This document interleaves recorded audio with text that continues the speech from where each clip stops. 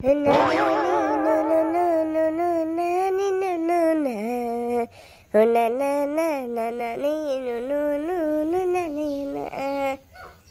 পেহী, ঐ যা আকৌ ভাতকেইটা আকৌ বাৰীতে মই আৰু ৰণীকেইজনী লৈ যাওঁ। যদিহে ৰণীকেইজনী ইয়াত খাব নাপায়, একেবাৰে গোটেই গাঁওখন উলিয়াব একেবাৰে। এই বুলি বজাৰহঁতৰ ঘৰত একেবাৰে কঠীয়া ৰুলোগে, সিহঁতৰ ঘৰত একেবাৰে ভালকৈ ভাত সাজো খাব নিদিলে। আৰু যে কালি সেই ছাগলী মাংস বনাই থৈছিলোঁ, সেয়াকো দি দিবিহোঁ দেই। আৰু যদিহে আমি ভালকৈ নিদিওঁ, সিবাকে ৰোৱনী সুধো পৰিব আৰু আমি নিজে নিজে ৰুব লাগিব। হ'ব ৰ মই একেবাৰে বাৰীয়ে থৈছোঁ ন ভাতকেইটা, অকল লৈ আহিলে হ'ব। তই অকলে খন্তেক সময় মই আকৌ ফিনকৈ লৈ আহোঁগৈ। কাইলৈ আকৌ পোলাটো ৰুম বুলি কৈছিলে নহয়, সিহঁতে ৰুইছে চাগে দেই। এতিয়া ৰখিবি, একেবাৰে তালৈ ফোন এটা কৰি দিওঁ। তাত দুটা একেবাৰে ৰোৱনীকেইজনী ভাতকেইটা কৰি থৈ আহিমগৈ। তেতিয়া সিহঁতৰ কাম হৈ যাব আৰু আমাৰ কামো হৈ যাব।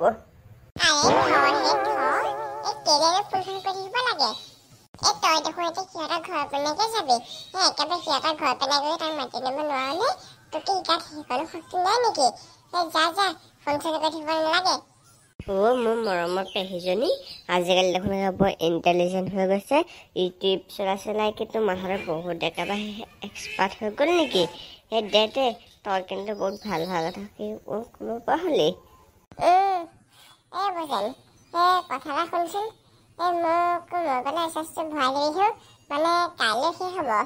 কিছ নহয় আৰু দেই, এই ৰিচাৰ্জৰ দাম যিহঁতে বঢ়াইছে, মোৰ নিজৰ মোবাইলটো ভৰোৱা নাই, তোৰ মোবাইল মই কেনেকৈ ভৰাই যাব পাৰিম বাৰু? কেইদিনমান থাকে, আকৌ ৰিচাৰ্জৰ দাম কমিব নহয়, তাৰপিছত ভৰাই দিম। প্ৰভু, কি যে হ'ব আৰু দেই। আম্বানী ঘৰত বিয়া পাতিছে আৰু আমাৰ একেবাৰে জনসাধাৰণ পৰা সি পইচা লুটিছে। সেই পইচা লুটিছে বাৰু সেইটো বেলেগ কথা। তাৰ চিমটো আমি একেবাৰে ব্যৱহাৰ কৰি আছোঁ, তাকো জিৰ' চিমটোকে ব্যৱহাৰ কৰিলোঁ। সেইটো কমচে কম আমাৰ বিয়াতে খাব মাতিব পাৰে, সেই বিয়া খাব নামাতিলে নাই। আকৌ সেই বিলটো দামটো কমাই দিব পাৰে, আকৌ কমাবলৈ বঢ়াইছেহে। কি যে হ'ব আৰু দেই। প্ৰভু, ৰিচাৰ্জৰ দাম সোনকালে একেবাৰে কমাই দিয়ে আৰু দেই, তেতিয়াহে একেবাৰে ৰিচাৰ্জ হ'ব আৰু মোবাইলতে। তহঁতে মমাইৰ ঘৰলৈ গৈছিলি নহয়, তাত কোনে কি কৰিলিগৈ? মই তাকে মমাইৰ ঘৰলৈ একেই সুধো কৰিলে। মই একেবাৰে তাতকৈ পালোগৈ নহয়, তাত গৈ পাই একেবাৰে গোটেই বানপানী। তাৰপিছত আৰু 3 দিনমান থাকিলে মায়ে ক'লে, তই ঘৰলৈ গৈছে, তাত থাকিব নালাগে, তাত থাকিলে কিবা কিবি হৈ যাব পাৰে, তই ঘৰলৈ গুচি আহ। সেইটো কাৰণে মই গুচি আহিলোঁ ঘৰলৈ। তাৰপিছত ঘৰলৈ অহাৰ পিছত ফোনটো খাব পাইছোঁ নহয়, বোলে লাহে পানী কমিছেগৈ আৰু বোলে। মোৰ তেতিয়া এনেকুৱাই খং উঠিছে। পুতুকণ, তোৰ পিছে কি হ'লো? মোৰ ভাগৰ এনেকুৱা খাচ একো নাই বাৰু। তাত লিচু আছে নহয়, পুৰা লিচু পাই খালোঁ আৰু সেইকাৰণে আৰু। মই যে তাত পুৰা একেবাৰে কঁঠাল খালোঁ, কঁঠাল পুৰা ফল মূল পাই আছে নহয়, চব খাইছোঁ ফল মূলৰ ভিতৰতে। মই সেয়া খাব নাপালোঁ আৰু পাই। মোৰ কিছু কিন্তু কঁঠালৰ ডাঙৰ গছজোপা আছে, তই কেইটা কঁঠাল খাবি নি কওঁ? কঁঠাল খাব পৰা যায়, মই লিচু খাইছোঁ, কঁঠাল খাব লগা নাই নহয়। মই হ'লে নাখাওঁ আৰু দেই, মই গ'লগৈ খাই। তই নাখাওঁ যে বাদ দে, পুতুকণ বৈ আমি কেইটা পাই মেলি খাই আহোঁগৈ। মই নাখালোঁ, এনেই যাব পাৰিম আৰু তহঁতৰ লগত। বেছি ক'ত আছেনো? আমাৰ হাবি যেন, হাবিখনৰ একেবাৰে কিনাৰতে, তাতে একেবাৰে আছে নহয়। যাওঁ যদি বৈ। মাহঁতে গম পালে গালি পাৰিব নহয়।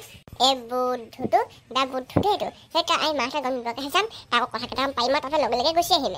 তেনেহ'লে যাব পাৰি। বৈ তেন্তে দেৰি কৰি নাথাকোঁ আৰু। বৈ ল'ৰাহঁতে ইয়াত কি কুকুৰ ধেমালি কৰি আছা আৰু তোমালোকে? দেই বজেন দা, ক'তনো আমি কুকুৰ ধেমালি কৰি আছোঁ, কিবা কথাহে পাতি আছিলোঁ।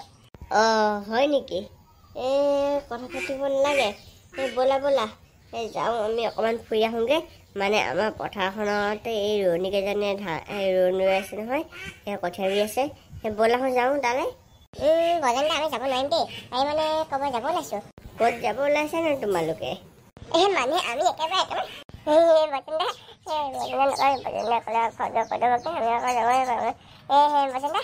তোমালোকে আকৌ কি ফুচফুচাই আছা? নাই মানে বজেন দা, মোৰ ঘৰত কাম এটা আছে যে, সেইটো কাৰণে মই যাব নোৱাৰিম। আপোনালোকে গৈ থাকক আৰু। ভাল পাইছিলোঁ দেই বজেন দা, ঘৰত গ'লে পালে। এতিয়া বৈ আমি গৈ থাকোঁ, দেৰি কৰি থাকিব নোৱাৰি। বৈ দেই, গৈ থাকক। মোক বাৰু কাৰণ আজি বোলাও মোক এৰি থৈ গুচি আহিলে, আৰু পুতুকম ভাইটি সকলোকে একেবাৰে লগ ধৰোঁতে সিহঁতেও নাযাওঁ বুলি না কৰিলে। আগতেতো কেতিয়াও এনেকুৱা কৰা নাই। এই কিবা কথা বেয়া পাইছে চাগে, কিন্তু বেয়া পাবলগীয়া এনেকুৱা কথাটো মোৰ মনত পৰা নাই। সিহঁতক ভালকৈ সুধিলেহে গম পাম। যাওঁহে পাই, সেই ৰোৱনী কেইজনী চাগে ভাত চাত খাব নাপায়, একদম পকলা হৈ আছে। একেবাৰে সিহঁতে ভাতকেইটা দিব পালেহে একেবাৰে শান্তি পাম আৰু। যাওঁহে পাই।